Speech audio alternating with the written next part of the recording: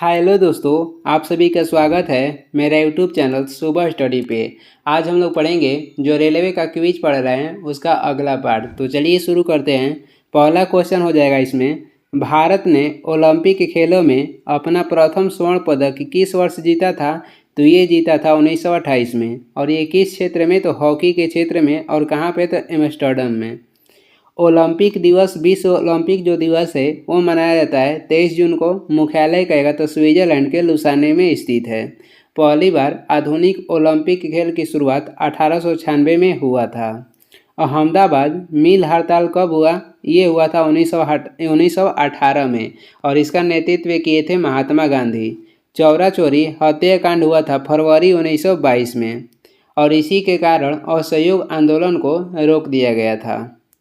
आगे देखेंगे, 2 नंबर हो जाएगा, स्वर्ण मंदिर का संबंध किस धर्म से है? जो स्वर्ण मंदिर है अमृतसर में स्थित है और ये संबंधित है सिख धर्म से। जिसे कौन बनवाए थे? तो ये बनवाए थे अर्जुन देव। जिसे बनवाने के लिए अकबर ने जमीन दान में दिए थे। किसको? तो अमरदास को अकबर ने जमीन में दान दिए थे। और बनवाए थे कौन? तो अर्जुन देव बनवाए थे। और सिख धर्म से संबंधित है और ये स्थित है अमृतसर में। राजस्थान में जो दिलवाड़ा के मंदिर है माउंट आबू पर स्थित है और ये संबंधित है जैन धर्म से। और दिल्ली में अक्षरधाम मंदिर है, ये हिंदू धर्म से संबंधित है। और बोधगया में स्थित बोधि मंदिर ये बौद्ध धर्म से संबंधित है। आगे देखेंगे, 3 नंबर क्वेश्चन हो जाएगा, गुजरात राज्य की राजधानी कहाँ पे है? तो गुजरात राज्य की राजधानी हो जाएगा गांधीनगर। सूरत जो है ये ताप्ती नदी के किनारे स्थित है। अंतरिक्ष कहेगा, अंतरिक्ष अनुप्रयोग केंद्र कहाँ पे स्थित है? तो अंतरिक्ष अनुप्रयोग केंद्र स्थित है अहमदाबाद में। 4 नंबर हो जाएगा, नल सरोवर पक्षी अभयारण्य किस राज्य में स्थित है? तो ये स्थित है गुजरात में। नल सरोवर पक्षी अभयारण्य स्थित है गुजरात में। पेरियार राष्ट्रीय उद्यान कहेगा तो ये केरल में स्थित है। तडोबा राष्ट्रीय उद्यान स्थित है महाराष्ट्र में। और बंदीपुर राष्ट्रीय उद्यान कहेगा तो ये कर्नाटक में स्थित है। तडोबा हो जाएगा महाराष्ट्र में, पेरियार हो जाएगा केरल और बंदीपुर राष्ट्रीय उद्यान कर्नाटक। आगे देखेंगे, अगला क्वेश्चन है 5 नंबर हो जाएगा, अपोलो किस देश के प्राचीन देवता हैं? तो ये यूनान के प्राचीन देवता हो जाएंगे। किसानों के देश किसे कहते हैं? तो किसानों और सुंदरियों के देश कहते हैं फ्रांस को। काला वन किस देश में पाया जाता है? तो काला वन पाया जाता है जर्मनी में। नील नदी के देन किसे कहते हैं? तो नील नदी के देन मिस्र को कहा जाता है। और नील नदी ये विश्व की सबसे लंबी नदी है।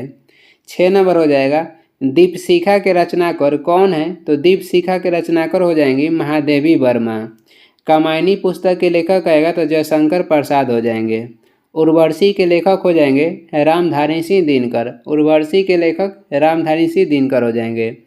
परिमल पुस्तक के लेखक हो जाएंगे सूर्यकांत त्रिपाठी निराला। आगे देखेंगे, 7 नंबर हो जाएगा, दीनदयाल बंदरगाह किस राज्य में स्थित है? तो ये स्थित है कहाँ पे? तो गुजरात में। दीनदयाल बंदरगाह गुजरात राज्य में स्थित है। और मार्मा गोवा जो बंदरगाह है ये कर्नाटक में स्थित है। ये यक्षगान जो लोक नृत्य है, ये यक्षगान लोक नृत्य ये कर्नाटक राज्य की ही है। कोची बंदरगाह स्थित है केरल में। और नवाहा सोवा बंदरगाह जो कि मुंबई में स्थित है महाराष्ट्र में। 8 नंबर देखेंगे, वर्तमान में पंचाल को किस नाम से जाना जाता है? तो पंचाल को पंजाब कहा जाता है। और इसे 5 भूमियों के राज्य भी कहते हैं। यह 5 भूमि वाला शहर। पंचाल की राजधानी कहेगा तो अहिच्छत्र हो जाएगा। पानीपत शहर कहाँ पे स्थित है? तो ये स्थित है हरियाणा में।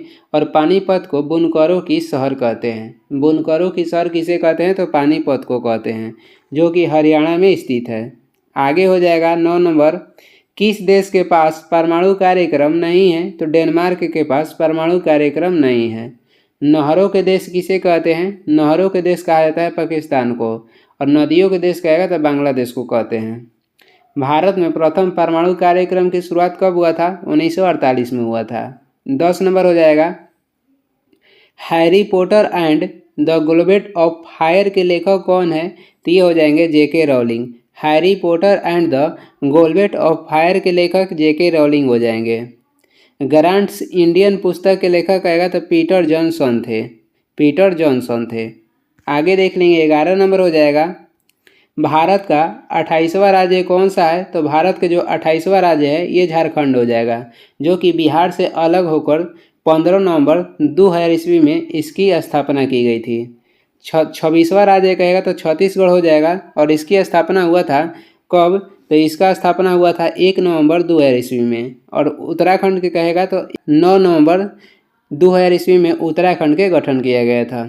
छत्तीसगढ़ के गठन हुआ था 1 नवंबर 2000 ईस्वी में, उत्तराखंड कहेगा तो 9 नवंबर 2000 ईस्वी में, झारखंड हो जाएगा 15 नवंबर 2000 ईस्वी में। ये तीनों 2000 ईस्वी में बना है, डेट हो जाएगा अलग अलग। उत्तराखंड अलग हुआ था उत्तर प्रदेश से, झारखंड अलग हुआ था बिहार से। उत्तराखंड ये 27वां राज्य है। 26वां हो जाएगा छत्तीसगढ़, और 28वां हो जाएगा कौन? तो झारखंड। 29वां राज्य हो जाएगा तेलंगाना। जम्मू कश्मीर को अब केंद्र शासित प्रदेश घोषित करने के बाद वर्तमान में राज्यों की संख्या कहेगा तो 28 हो गया है, और केंद्र शासित प्रदेश की संख्या कहेगा तो 8 हो गया है। आगे देखेंगे 12 नंबर हो जाएगा, गरीबी रेखा का मापन किस आधार पर किया जाता है? गरीबी रेखा के मापन किया जाता है कैलोरी खपत के आधार पे। प्रति व्यक्ति आय की गणना कौन करता है? तो ये करता है CSO, जिसे केंद्रीय सांख्यिकी संगठन के नाम से जानते हैं। इसका गठन हुआ था 1951 में, मुख्यालय हो जाएगा नई दिल्ली। आगे देख लेंगे 13 नंबर हो जाएगा, शक संवत पर आधारित राष्ट्रीय पंचांग का प्रथम महीना कौन सा है? तो प्रथम महीना हो जाएगा चैत, और अंतिम महीना कहेगा तो फागुन हो जाएगा। शक संवत की शुरुआत किए थे कनिष्क 78 ईस्वी में। रेशम मार्ग की शुरुआत भी कनिष्क ने किए थे, और ये कुषाण वंश के सबसे प्रतापी शासक थे। 14 नंबर हो जाएगा, टेटनस किसके संक्रमण के कारण होता है? तो टेटनस होता है बैक्टीरिया के कारण। कालाजार किसके कारण होता है? तो कालाजार और मलेरिया ये प्रोटोजोआ के कारण होता है। चेचक होता है विषाणु के कारण, और वही खाज खुजली और दाद होता है किसके कारण? तो फफूंदी के कारण, यानी कि कवक के कारण। आगे देख लेंगे 15 नंबर, कौटिल्य का अर्थशास्त्र किससे संबंधित है? तो ये संबंधित है राजनीतिक से, और कौटिल्य के जो अर्थशास्त्र था ये इसे 15 अधिकरण में विभक्त किया गया था। आगे देख लेंगे अगला क्वेश्चन हो जाएगा 16 नंबर है, गुजरात का जीवन रेखा किस नदी को कहा जाता है? गुजरात के जीवन रेखा कहते हैं नर्मदा नदी को, और ये मध्य प्रदेश में अधिक बहती है। मध्य प्रदेश में अधिक बहती है, और इसे गुजरात के जीवन रेखा कहते हैं। साबरमती नदी के किनारे अहमदाबाद शहर स्थित है। लूनी जो नदी है ये कच्छ के रण में समा जाती है। सर्वाधिक सीधा बहने वाला नदी कहेगा तो नर्मदा नदी ही हो जाएगा। आगे देखेंगे 17 नंबर हो जाएगा। 17 नंबर है, आदि मानव ने सबसे पहले क्या सीखा? तो आदि मानव सबसे पहले आग जलाना सीखा। आग के जो आविष्कार है ये पूरा पाषाण काल में हुआ था। नव पाषाण काल में जो मानव थे कृषि की शुरुआत की थी। कला यानी कि वस्तु कला या कला के विकास ये हुआ था कुषाण काल में। आगे देख लेंगे 18 नंबर हो जाएगा, दक्षिण गंगा किस नदी को कहा जाता है? दक्षिण गंगा कहते हैं गोदावरी को, और दक्षिण की गंगा कहेगा तो कावेरी को कहा जाता है। गोदावरी ये नासिक के त्रियंबक गांव से निकलती है। कावेरी नदी कहाँ से निकलती है? तो ब्रह्मगिरी पहाड़ी से, कर्नाटक से निकलती है। नर्मदा नदी निकलती है अमरकंटक के पहाड़ी से। विजयनगर साम्राज्य की राजधानी कहाँ पे थी? तो हम्पी थी, और हम्पी किस नदी के किनारे स्थित है? हम्पी स्थित है तुंगभद्रा नदी के किनारे। आगे देख लेंगे 19 नंबर हो जाएगा, इंडिया हाउस कहाँ पर स्थित है? तो इंडिया हाउस ये ब्रिटेन में स्थित है, जिसे श्यामजी कृष्ण वर्मा ने स्थापना किया था 1905 में। इंडिया हाउस की स्थापना श्यामजी कृष्ण वर्मा किए थे 1905 में, और ये लंदन में स्थित है। ग्रेट बैरियर रीफ कहाँ पर स्थित है? तो ये स्थित है ऑस्ट्रेलिया में। डेट्रॉइट शहर अमेरिका में स्थित है, और ये किसके लिए प्रसिद्ध है? तो ऑटोमोबाइल के लिए प्रसिद्ध है। 20 नंबर हो जाएगा, 42वें संविधान संशोधन अधिनियम किस वर्ष पारित किया गया था? जो 42वां संविधान संशोधन अधिनियम था ये पारित किया गया था 1976 में। बॉर्डर सिक्योरिटी फोर्स के गठन कब किया गया था? तो 1965 में। SBI के गठन कब हुआ? 1955 में हुआ था SBI के गठन। इसका प्राचीन नाम कहेगा तो इंपीरियल बैंक था। इंपीरियल बैंक के नामकरण करके SBI नाम दिया गया था 1 जुलाई 1955 में। बांग्लादेश बना था पाकिस्तान से अलग होकर 1971 में। आगे देख लेंगे, 21 नंबर हो जाएगा, यूफ्रेटस एवं टिग्रिस नदियाँ कहाँ बहती है? तो ये दोनों बहती है इराक में। इराक के मुद्रा कहेगा तो दिनार हो जाएगा। सऊदी अरब के मुद्रा कहेगा तो रियाल हो जाएगा, और इसकी राजधानी हो जाएगा रियाद, मुद्रा हो जाएगा रियाल। सऊदी अरब के राजधानी हो जाएगा रियाद, मुद्रा हो जाएगा रियाल। ईरान के मुद्रा भी कहेगा तो रियाल हो जाएगा। 22 नंबर देखेंगे, 22 नंबर हो जाएगा, निम्नलिखित में से कौन एक कार्यरत व्यक्ति संसद के सदस्य नहीं होते हुए भी संसद की कार्यवाही में भाग ले सकता है? तो ये ले सकते हैं महान्यवादी ये भारत के प्रथम विधि अधिकारी होते हैं, जिसकी नियुक्ति राष्ट्रपति करते हैं अनुच्छेद 76 के तहत।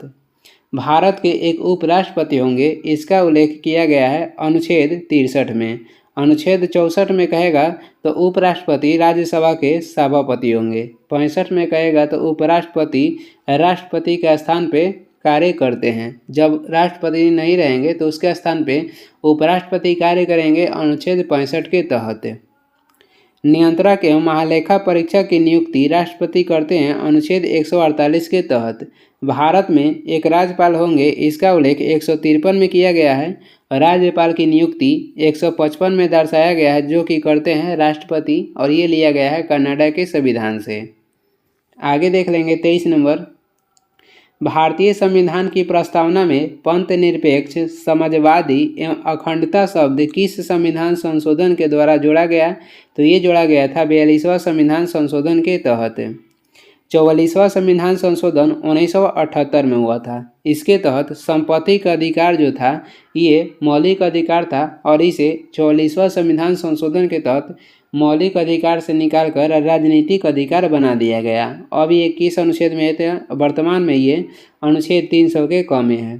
संपत्ति के अधिकार वर्तमान में विधिक अधिकार हो गया है, यानी कि कानूनी अधिकार। आगे देख लेंगे, 24 नंबर हो जाएगा, किस संविधान संशोधन के द्वारा मतदाता की आयु सीमा को 21 वर्ष से घटाकर 18 वर्ष कर दिया गया? तो ये संविधान संशोधन हो जाएगा 61वां, जो कि हुआ था 1989 में। 71वां संविधान संशोधन के तहत 8वीं अनुसूची में 3 भाषा जोड़ा गया था, और ये कौन कौन सा है? तो नेपाली हो जाएगा, मणिपुरी हो जाएगा और कोंकणी हो जाएगा, जो कि 1992 में जोड़ा गया था। ठीक हो जाएगा नमक, नेपाली, मणिपुरी और कोंकणी, जिसे 71वां संविधान संशोधन के तहत 1992 में 8वीं अनुसूची में जोड़ा गया। आगे देख लेंगे, 25 नंबर हो जाएगा, केंद्रीय नमक और समुद्री रसायन अनुसंधान संस्थान कहाँ पर स्थित है? तो ये स्थित है भावनगर, गुजरात में। हीरा व्यापार केंद्र कहाँ पे है? तो ये स्थित है सूरत में। 26 नंबर हो जाएगा, सिंधु घाटी के सबसे महत्वपूर्ण बंदरगाह लोथल किस नदी पे स्थित है? लोथल स्थित है भोगवा नदी पे, और कहाँ पे? तो गुजरात में। हड़प्पा स्थित है रावी नदी पे। लोथल से डाकवाड का साक्ष्य भी मिला है। सबसे कहेगा गुजरात की सबसे लंबी नदी कौन है? तो हो जाएगी भादर नदी। भादर नदी जो है गुजरात की सबसे लंबी नदी है। आगे देखेंगे, 27 नंबर है, लज्जा पुस्तक के लेखक कौन है? लज्जा पुस्तक के लेखक हो जाएंगी तस्लीमा नसरीन। मिडनाइट चिल्ड्रेन पुस्तक के लेखक हो जाएंगे सलमान रश्दी। देशद्रोही पुस्तक के लेखक हो जाएंगे यशपाल। 28 नंबर क्वेश्चन है, गुजरात की सबसे लंबी नदी कौन सी है? तो गुजरात की सबसे लंबी नदी हो जाएगी भादर नदी। आगे देखेंगे, अगला क्वेश्चन हो जाएगा 29 नंबर क्वेश्चन है, भारतीय संविधान में न्यायिक पुनरीक्षण किस देश के संविधान से लिया गया है? जो न्यायिक पुनरीक्षण है ये लिया गया है अमेरिका के संविधान से। एकल नागरिकता लिया गया है इंग्लैंड के संविधान से। गणतंत्र जो शब्द है ये फ्रांस से लिया गया है, और आपातकाल स्थिति ये लिया गया है जर्मनी से। आगे देखेंगे, 30 नंबर क्वेश्चन हो जाएगा, लोकसभा के अधिवेशन चलने के लिए कोरम होता है? तो ये होता है 1/10। निम्न सदन, लोकसभा को संसद के निम्न सदन कहते हैं, और ऊंचे सदन कहेगा तो राज्यसभा को कहा जाता है। लोकसभा को भंग करने का अधिकार किसके पास है? तो ये है राष्ट्रपति के पास, और ये भंग करते हैं प्रधानमंत्री के सलाह पे, जो कि अनुच्छेद 85 के 2 के तहत राष्ट्रपति लोकसभा को भंग कर सकते हैं। 31 नंबर देखेंगे, 31 नंबर हो जाएगा। 31 नंबर है, एक लैंप की बत्ती में तेल ऊपर चढ़ने का कारण क्या होता है? तो ये हो जाएगा कोशिकत्व क्रिया।